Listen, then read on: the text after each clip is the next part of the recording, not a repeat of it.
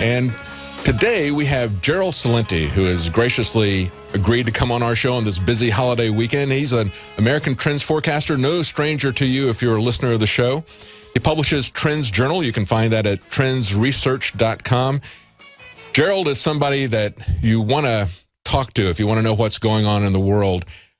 I interviewed him about a week or so ago, and we were talking about his experiences with Governor Connally, who was, as you remember, involved in the shooting of the JFK assassination. But one of the things that I thought was most interesting about that was the reason that he met Governor Connally. And that was because he had written a book 3 years prior to that time, saying that Ross Perot was likely to be the person who would run, saying that there was a lot of dissatisfaction with the two-party system, and that he thought that Ross Perot would be the guy that would step up into that gap. And at that time that he met with Governor Connally wanted to know how he knew that. Well, Gerald is very astute, and he really does see the trends. He describes himself as a political atheist. I guess, Gerald, that would mean that you don't necessarily buy into something just because it's put out by one political party or the other. You're a little bit skeptical, right? I guess you could be called, you got to be careful. You could be called a conspiracy theorist if you're skeptical of the two main parties, right? Yeah, well, first of all, thank you for having me on, David, and happy Thanksgiving to you and everyone. Always a pleasure. I'm a political atheist. I don't believe in the political system. Just like, you know, I don't believe in, just like someone would not believe in a religion, I don't believe in the Bloods and the Crips. Yeah. And that to me is who they are. Yeah. And I don't say that in jest. Mm-hmm. By their deeds you shall know them. Look at the people that they murder because they want to go to war. That's, I mean, that really is way beyond what the Bloods and Crips could pull off. Oh, yeah. How about, you know, the official 500,000 people that were killed in Iraq by the United States in a war that was fought over lies. Mm-hmm. And as far as, you know, of course, there's murder and there's thievery. Look at the money they steal from us every day, whether it's giving it to their buddies in the banks or stealing it in the name of taxes and giving it to their friends in the military or the cyber-industrial complex. And I could go on and on. Whether it's, so it is, I do not believe in murder or criminality, so why should I believe in their corrupt system? So I am a political atheist. I'll have nothing to do with them. I want to get your take on what's going on with this UN-Iran deal that's being talked about so much in the press. I guess the first two things that stick out to me as we're looking at it kind of from a journalistic perspective is the fact that the Iranians are coming out and claiming that the White House has put out a different version of the deal than they agreed to. Doesn't that sound like the way that Obama always operates? He tells one group one thing, he tells another group something completely different, and he thinks that he's not going to get caught in it, right? Well, that's what they all do. Again, this has been going on forever. Like I just talked about, you know, the Iraq War. You know, Saddam Hussein has weapons of mass destruction and ties to Al-Qaeda, I tell you. Mm-hmm. You know, it's one lie after another. So as far as I see this could, to me, this is the most positive thing that Obama has ever done if we could have peace with Iran. And I want to put this into perspective. What has Iran done to us other than the incident, of course, that happened with the takeover of the U.S. Embassy that most people don't remember the facts of and don't know the details behind it or what happened before? That's the key thing, is not understanding what happened before. There was a long history. That's when most people in America began to first start thinking about Iran, was when they saw the embassy taken over. But go ahead. You were just going to talk about the long history of that. Well, as you well know, you know, the United States and the UK, the CIA and the MI6 or MI5, they overthrew the democratically elected government of Mossadegh in 1953.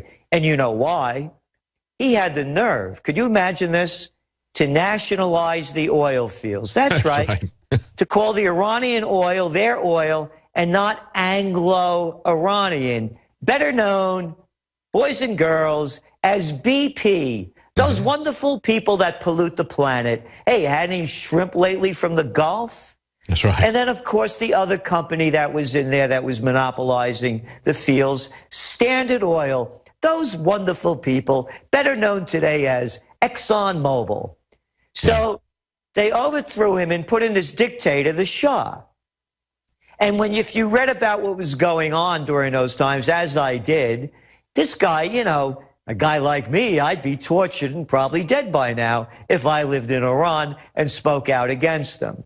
So when the overthrow happened, they kept telling America to leave, to get out. You're not going to tell us to get out, don't you know who we are? Says Jimmy Carter, who came back from spending New Year's Eve with his wife and the Shah and his wife, and comes back to America, trots up against, in those days it was a big deal when the president went overseas, kind of like when George Bush left the country, you know, it was a big deal. And he goes up to the microphones and he announces to the American people that the Shah is the island of stability in the Middle East. By the way, that's when I became a political atheist, because I was in Washington. I was between Washington and Chicago in those days. I was working as a government affairs specialist for the chemical industry. As a young guy, I'm staying at the Willard Hotel, putting my meetings on, the Hay Adams. So I was there in the middle of it at a pretty good level. So anyway, I began buying gold and silver, gold and oil, trading gold and oil, because I knew that Carter was full of baloney, to make it clear. So that was the only incident. Now, we're still holding this over, you know, come on, let's get over this. This is back in 1978, 79. I want to interject something there, too, out of my personal experience, Gerald. I was in university at the time. I was studying engineering, and we had a lot of Iranian students that were in engineering. And before the Shah was taken out, they used to regularly demonstrate against the Shah. And it was the first time I'd ever seen people walking around wearing head covering. And since so many of them were in engineering, I asked some of these guys afterwards, I said, why are you guys covering your face? And they educated me about the savak that the Shah, the CIA had trained in Iran. They said, we're worried that they're going to see who we are. This is before we have all the facial recognition and biometrics that we have now today, but they were very busy even back then. They were there at every demonstration they had against the brutality of the Shah of Iran, and they were taking pictures of people's faces, and these students were afraid that they were going to take recriminations on their families back home because they were protesting the brutality of the Shah in America. That's the kind of person that the CIA put into office. That's the kind of person that Carter and Brzezinski were supporting in office. So go ahead. Tell us. Well, you know the facts. Again, I forgot all about the Savak, the secret police. They were second to the SS. You know, so anyway, so now here we are all these years later, and you know what's going on here? And I'll tell you as I see it, the reason they're making a deal with Iran, it's all about money. The American economy is in the crapper. Everybody knows it. As you look at, for example, median household income is 8.3%, 2007 levels. I mean, we could go on with the data forever about how the, 1% has, got all the gains and the rest of us are stagnant or declining, and how many young people can't get jobs, and the 95% of the jobs that are created don't pay a living wage or a part-time. So the economy's in trouble. Here we are now. The only 70% of our GDP is based on consumer spending. Wonderful. We used to be a manufacturing country, but that's another story. All the dough that's going into the gas tank and going to heating your homes is not going into retailers' cash registers. There's a glut of oil on the market, particularly when Iran gets back in the game. You're already seeing oil prices going lower. This could be a good temporary boost for the economy. It could also be the kind of thing where the Fed could use it as an excuse for tapering, because they're saying the economy is boosting. David, it's always about money. And this is a bottom line deal as I see it. And look at the way now the United States is pulling away from Saudi Arabia, because we're not going to rely on them that much, because Iran is sitting on all of this oil. You go back to several years ago, they're putting out, what, about 4.5 million barrels a day. And now Iran's putting out about 1.2. So they need the dough. America needs to bring oil prices down. I see this nothing more than a deal for oil, a deal for the economy. It has nothing to do, as none of it ever does have to do, with real democracy or geopolitical needs. And this is being portrayed as the very existence of Israel being threatened, and yet we see Saudi Arabia joining with Israel and opposing this deal. That's pretty interesting. I find what you're just saying about the bringing oil down, of course, Saudi Arabia would not want that to happen. You would think if this was simply ideologically and religiously based, that the Saudis would be siding with Iran instead of siding with the Israelis. But Saudi Arabia wants to keep oil high. They don't want to see the price go low if the Iranian supplies are brought onto the market. And they want to control the market as they have. You know, they're the #1 player there, and they're calling the shots. That wonderful kingdom of Saudi Arabia, yeah, where they chop your head off in public really slowly. That's right, our favorite theocracy. We're going to be right back with Gerald Celente right after the break, so stay tuned. We're going to talk about China and about the Trans-Pacific Partnership as well. Renowned author and expert Joel Celente breaks down the globalist plan to shut down America and stage a new world war. In one day, America will go from day to night.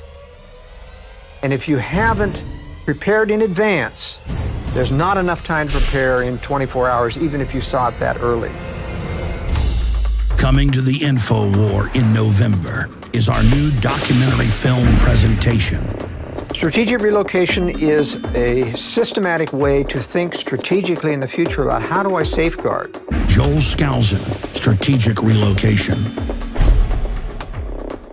The freeways are going to be crowded, they're going to run out of gasoline, they're going to run out of food, and then they're going to start to go north and south of those freeways. Joel Celente is renowned as one of the world's foremost experts in strategic relocation and the securing of your home. We talk about natural disasters, the health environment, we talk about pollution, the water quality. My personal experience about being in every one of these states. Government is digging in for the organized, incremental collapse of society and world war. The U.S. isn't building huge underground bases and bunkers because of some terrorist threat. They know that a massive nuclear attack is coming. They want that attack to come. Most people won't even be ready and won't be able to get out of town when any of these nuclear weapons fall, because there'll be absolute panic. There is no preparedness without strategy. What I tell people is that you do have time. Prepare wisely in advance. This Christmas, give the gift of preparedness. Strategic Relocation, the film, with Joel Celente and Alex Jones.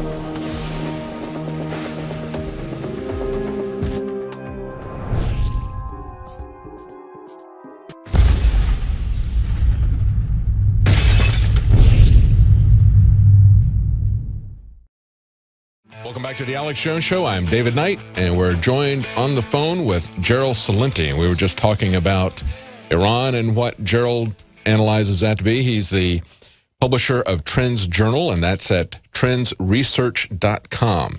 I was just looking during the break at this article that Kurt Nimmo put up on InfoWars about Obama telling his Hollywood allies to cut movie violence. He says they need to think long and hard about what they're going to do. So here we have the dictator-in-chief telling them what kind of movies they're going to make. We got Bloomberg telling you what kind of food to eat. We got Obama telling you what kind of insurance you're going to buy, what kind of movies you're going to watch.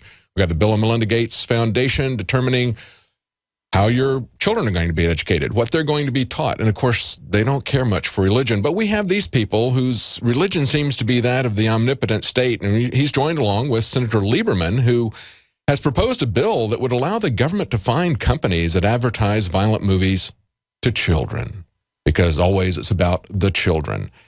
Well, you're not going to be able to distinguish whether they're advertising it to children or to adults, and so that's the way the tyranny always creeps in.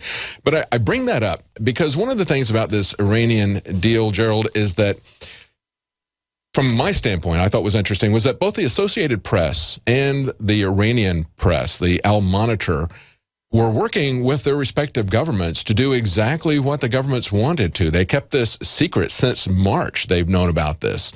Now, the AP says that they didn't know about it. Al Monitor says, well, we weren't really sure of the details and so forth. But there's a reporter, Laura Rosen, who says that both her journal and the AP had the story and kept quiet about it for months to help the Obama administration. It's pretty amazing, the censorship, the dictatorship, and how the mainstream media plays ball with these people. Well, that's why I call them prostitutes. Yeah. Yeah, that's what they do. Absolutely. And they send us to war. And, you know, you're talking about the gun violence, by the way, as you're reading, as you're mentioning all these things. Hey, it's no good for the kids, but a couple of drones, you know, wiping out some Yemen kids or Pakistanis or Afghan kids, they don't count. Oh, and all those kids that were slaughtered in Iraq. Oh, you want to talk about gun violence? Let's talk about real gun violence. Hey, how about a little depleted uranium? Does that count as gun violence? How about those guys up there in the helicopter that Bradley Manning is in jail for, shooting innocent people and joking about it? Is that gun violence? Yeah. The irony is just amazing, isn't it? That he would do all of these things and then complain about these fictional characters. But one of the things about that, Gerald, is that they're depicting in movies individuals having guns. He wants a world where only the government has the guns, right? Yeah, exactly. Is what I'm saying. Yeah, and you were talking about all these, you know, how they're watching over everything that they're doing about us. I got to tell you, I'm fed up with the cops, man. I've had it. You know, the other night I went up to, well, I'm in Kingston, Colonial Kingston, and about 20 minutes from here is Woodstock. And they had the New Orleans Preservation Hall Jazz Band at Bearsville Theater. So I go up with my friend to go see. I'm a real jazz fan. Yeah. Everywhere you look, man, there's the cops. There's the cops. If you don't have that little light on under your license plate, yeah, they're pulling you over. Yeah. If you don't have your signal light on, your seatbelt on, they're busting everybody's chops, man.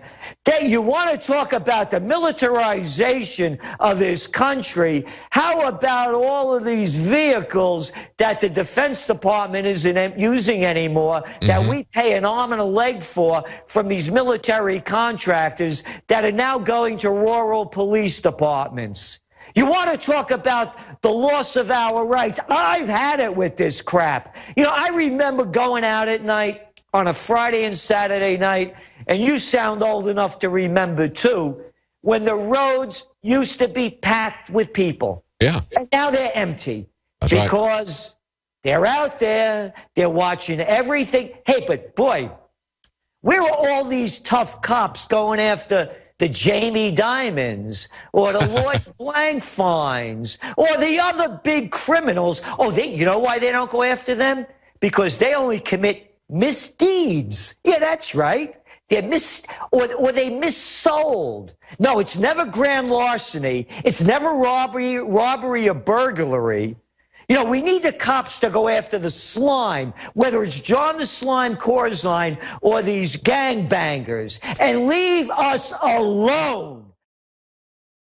Introducing Pro One. All of your filtration in one system, portable, on the go. No more do you have 2 or 3 filters to just reduce sodium fluoride. You have a system that cuts out the sodium fluoride and up to 95% of hydrofluorosilicic acid. Advanced manufacturing technology combines silver-impregnated white ceramic with new Aquamedics advanced media for removal of fluoride and other heavy metals, all in one filter element. It is the only one that does it, and out of the gates, we have it discounted at 10% off with promo code WATER. This is the only system that in one unit helps reduce or remove pesticides, herbicides, chloramines, ammonia, and chlorine, hydrofluorosilicic acid, the most common form of fluoride not covered by other fluoride filter brands, and sodium hexafluorosilicate. Get your Pro Pure with the new Pro One filter today at InfoWarsStore.com or by calling 888-253-3139.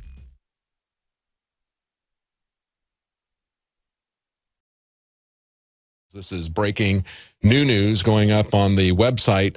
Proof that gun registration leads to confiscation. We were just talking in the previous segment, Gerald and I, about the amazing hypocrisy of Obama lecturing Hollywood about violent movies when he's killing people with drones around the world. This is a case in New York where they have had people register their guns, and now they're sending out these notifications. It appears that you are in possession of a rifle and or shotgun listed below. Immediately surrender your rifle and or shotgun to your local police precinct immediately and notify this office of the invoice number. There you go. Mr. and Mrs. America, turn them all in, just like Dianne Feinstein said. How about that, Gerald? That's right there in New York, where you are. Just as I was saying, you know, you screw the little people. They're taking all our rights away from us. They're watching everything. Who could have ever would imagine that this would have happened to our nation? Yeah. Oh, absolutely. Let's turn back to international trends here. And what do you see happening in China? They're building a massive navy, and at the same time, the U.S. is asserting its control, trying to assert its control by putting surface-to-water missiles at choke points around the Asian Pacific. At the same time that China is building up a massive deep-water navy and asserting that they own certain Japanese islands, certain islands around Korea. And yesterday, the U.S. flew B-52s in defiance of what the Chinese had just said. The U.S. sends 2 B-52 bombers into the air zone claimed by China, according to the New York Times, defying China. 2 long-range American bombers flew through contested airspace in the East China Sea. Now, of course, the American officials said, oh, no, we were not being provocative. They were being provocative. And maybe that's true. You know, when somebody puts something in your face, maybe you stand up to them. I don't know. How do you read this buildup between China and the U.S.? Well, it's part of that Pivot Asia that's part of the Obama program. Mm-hmm. And I think we really we need to step back from all of it. And what are we doing over there? What's the United States doing anyplace other than how come that we're not at home? Yes. We don't need a military. We need a defense force. Absolutely. This is insanity. Here, the country is going down in every level. What is the latest numbers out now? Our infrastructure is going to take $4 trillion just to repair. And now, of course, what is about a week ago, Reuters reported that they can't find $8.5 trillion that the Pentagon spent since 1996. What are we doing over there? Well, imagine if this was a role reversal and there was a disputed island between, let's say, United States and Mexico, and the Chinese came over and flew over it. You know, what are we doing over there? Enough of this. Oh, the military, they're really brilliant in this country. Hey, that's a great war they won over there in Iraq, wasn't it? Hey, David, how about that winter in Afghanistan? You know, the longest war in American history, longer than World War I and World War II put together. And we're going to be there at least another 10 years. They just came out this week and said, and perhaps beyond. And it was back in 2006, a British commander said, we're going to be there for 20 years. Yeah, and didn't El Presidente say during the presidential campaign that we were going to be out of there by 2014? And now the date is ostensibly 2024. So what I'm saying is whether it's Vietnam, whether it's Korean War, whether it's what are they doing here? You know, it's a provocation. It's none of our business. And if anybody does think it's their business, pack up your gear and go over there and fight it. Oh, well, and also send your money, because I don't want to send my money for this stuff. That's right. Of course, it's all set up to enrich the military-industrial complex. And now they're these same globalist corporations that have been robbing us blind so that we could have continuous war ever since World War II. There's an article now that came out on, let's see, what was this? This was the Telegraph, and this is from Ambrose Evans Pritchard. And here's the title. He says, China-Japan rearmament is a Keynesian stimulus if it doesn't go horribly wrong. So there you go. Now, not only should the U.S. build up because we're threatened by the Chinese, but the Chinese are threatened by the U.S. So now we can sell weapons to both of those sides. And it's a good thing because it's a Keynesian stimulus. Yeah, this is a sicko for you. Here, I want to read a quote. This is from Monday.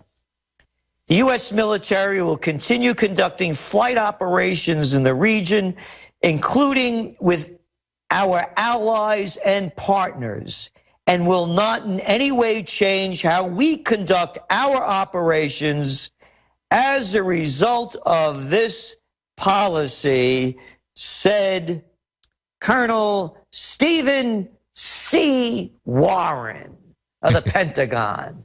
Now, let me get this straight. We were talking before about Iran and the problems the United States had with it, with the hostage takeover. Of course, no one was really killed in that thing. But when you go back to World War II, let me get this straight. These are the Japanese. Remember Pearl Harbor? Oh, they're our good buddies now. Like the Vietnamese, right? Hey, and the Germans. We'll skin the streak of yellow from this sneaky little fellow, and he'll think a cyclone hit him when he's through it. We'll take this double crosser to the old woodshed. Well, that's politically incorrect. His bottom and go to his head. When we get through with him, he'll wish that he was dead. We gotta slap the dirty little devil. If we could be allies with Japan, oh, not to mention, Hiroshima and Nagasaki, just for the side thing, But we have a big issue here with Iran. I don't get it. Yeah, that's right. I memean, look at what was going on back then, the hatred between the two countries. And this was a war. This is when, hundreds of thousands, if not millions of people, hundreds of thousands in the United States, millions around the world were killed. There was nothing like this with Iran in the United States. But anyway, now we're their allies, and this is what they said after they sent the B-2s over, the B-52s. The Pentagon spokesman, Colonel Stephen Warren, told the media, quote, "We've conducted operations in the area. We have continued to follow our normal procedures, which include not filing flight plans, not radioing ahead, and not registering our frequencies." Of course, that's not provocative. No! And of course, the Chinese are provocative as well. But this isn't our fight. Right. And that's what is so upsetting, is that, again, here we are, the United States of America, built on a foundation from the Founding Fathers, a Constitution and a Bill of Rights that is totally against this kind of behavior. And yet, it's being broadcast and talked about in the major media as though we have every right to be doing this. How about minding your own business? How about taking care of America? I got an idea. Fix Detroit. After you do that, then get involved over there in China. Absolutely. And yet what we see happening is, of course, this is an opportunity for the military-industrial complex to make money with China can build up their giant navy, and then we can have a new defense project where we come up with new surface-to-sea missiles, and the military-industrial complex is going to be very, very happy about that. We can even, China might even loan us the money to go into these new defense projects, right? You got a good one there. That's a good point. Yeah. And again, when we really talk about the Chinese Navy, they have one aircraft carrier, and it's a retrofitted Ukrainian ship. But Gerald, you should be very, very afraid of that. See, that's what the press is telling you. They're just learning how to fly the planes on it, I mean, it's a joke. But if they're going to do this, just as they used communism during the Cold War, now it's terrorism during the war on terror to keep us in fear. And the next charge is going to be the Chinese. Because here's the deal. Japan is in a lot of trouble. Their economy stinks. Abenomics isn't working. They've devalued the yen. They're trying everything they can to boost their economy up. When all else fails, they take you to war. Go over to China, same thing there. They're running a massive deficit to GDP. Yes. They have real problems. Their lending rates are going up. And let me interject something right there. We just had an article yesterday that was on InfoWars.com, and it pointed out that China is on a debt binge and a buying spree unlike anything the world has ever seen. What you just said there, in terms of talking about the massive debt that they're incurring, they said they've had an unprecedented explosion of debt. They've added $15 trillion. So they've added more in just a couple of years, in the past 5 years. They've added more debt than any country in history has. So the Chinese are going into debt to the bankers as well, aren't they? Exactly. So they're all in, you know what China's biggest fear is, by it's not Japan or the United States.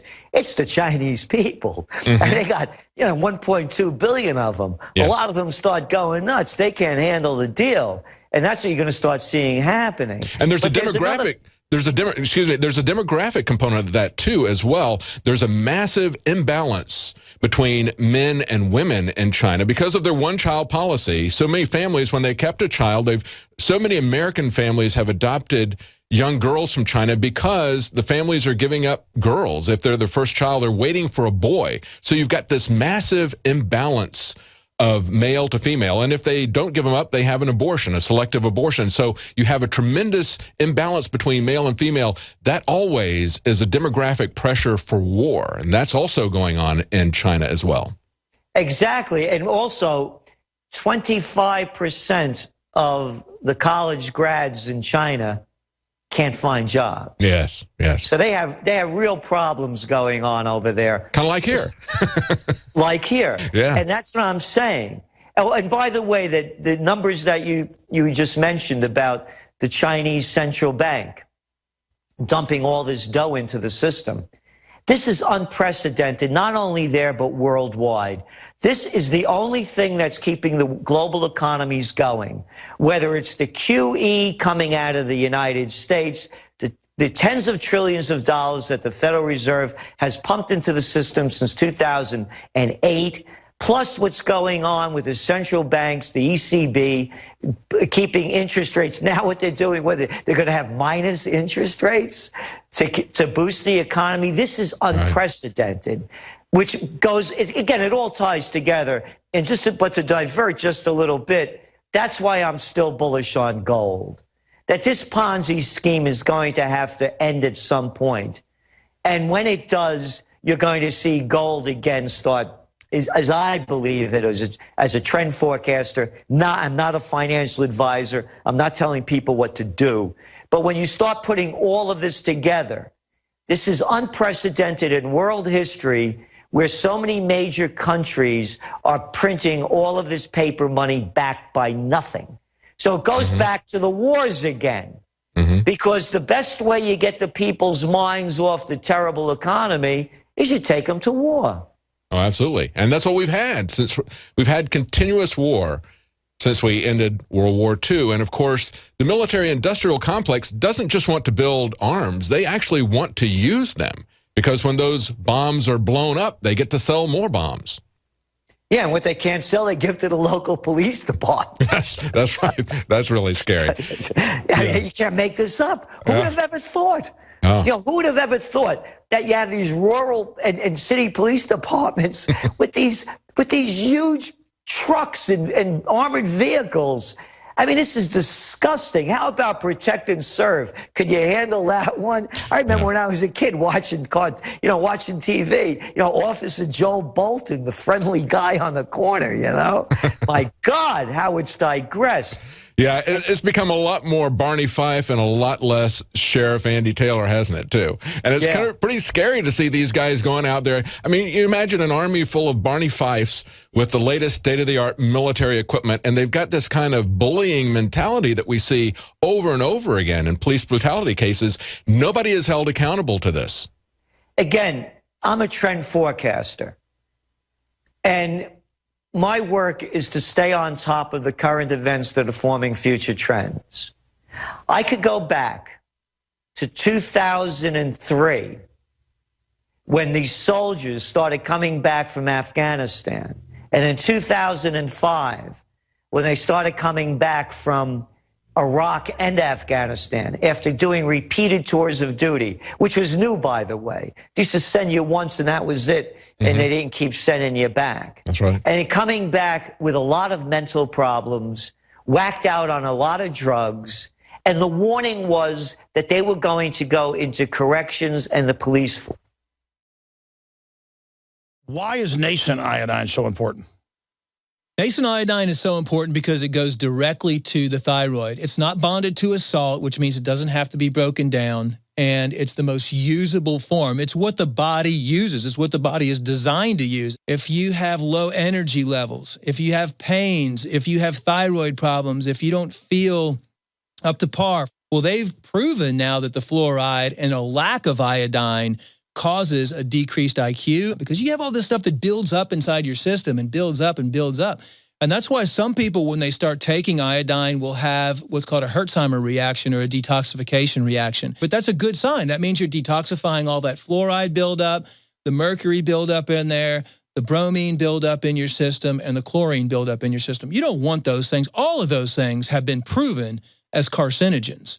That's one of the reasons prostate cancer is on the rise too, is because prostate takes up iodine, and the men that are lacking iodine causes the prostate to become cystic and causes the prostate to swell and eventually leads to prostate cancer. There's been an extreme rise in polycystic ovarian disease, PCOS, with women, fibrocystic breast disease, because iodine is stored in the breast tissue, the ovaries, the prostate glands in men. It's utilized by every single cell in the body. Why does this almost taste good compared to other iodine that tastes horrible? That's because it's real iodine atomic form. We wanted something that's going to go straight into the bloodstream and straight into the thyroid gland. We wanted to put it in a vegetable glycerin base. That's a USP kosher certified vegetable glycerin base. And that product is not tested on animals. It's vegan friendly. It's gluten free. It's GMO free. Of all the things I've done, Nascent iodine was just absolutely amazing. So we developed with Dr. Group a double strength, low price, InfoWarsLife.com Survival Shield, the Atomic Nascent iodine, available right now. Welcome back to the Alex Jones Show. I'm David Knight filling in for Alex today, this Wednesday before Thanksgiving. And Gerald Celente has been joining us in this last hour. We've got one more segment, and we want to talk about the Trans-Pacific Partnership. Now, in the last segment, we were talking about the buildup and forces between the U.S. and China and Japan, and how Ambrose Evans Pritchard of the Telegraph said that the Chinese-Japanese rearmament is just simply Keynesian stimulus. That's pretty amazing. I mean, I've heard many people say that, you know, the World War II brought us out of the Great Depression. Well, if that's the case, then somebody needs to reevaluate their definition of depression, because once we got into the war, I remember that there was rationing. I mean, I wasn't alive at that time, but I know my history well enough to know that there was severe rationing. So to me, depression means, ending a depression means that you start to end the economic privation of people, and that's not what happened. It actually got worse. All it did was build a giant military-industrial complex that's been preying on people since then. But Gerald, I want to talk to you about the Trans-Pacific Partnership, this agreement that's being negotiated in secret with hundreds, over 600 corporate lawyers are going in and negotiating this, and our lawmakers are not allowed to even see what's in the agreement because it's now on the fast-track trade agreement. What do you think about this? Well, first of all, I love the name. That's a great, it's a lovely little name, isn't it? Trans-Pacific. You know? Yeah. Partnership. Yeah. You feel like you got a piece of the action, right? Except we're not stakeholders in this. No, that's you a and partnership. Well, you're not a partner. Yeah. But, I mean, it's just, you know, I mean, you said it all. There's 600 corporate negotiators, Congress being kept in secret, Obama fast-tracking it. It's another day in what's happened to this country. Again, I always say it, 4 words prove that this is not capitalism. It's fascism. Yes. Too big to fail. Yes. And this is a perfect fascist program, because under this new fascist partnership with Asia, the United States will not have any power in government regulations over these multinationals or transnationals, whatever you'd like to call them. And that's what this really is. They use the term globalization. This isn't globalization. It's multinationalism. Yes. It's a multinational takeover. It's elevating these corporations to the level of the government, because they have these tribunals, these state corporation tribunals, where one of the arbiters is picked by the corporation, one by the government, and one by them mutually. So they elevate them to the same level. And then we, the taxpayers, have to pay if the government does something to affect the profits of these multinational corporations. It's absolutely amazing.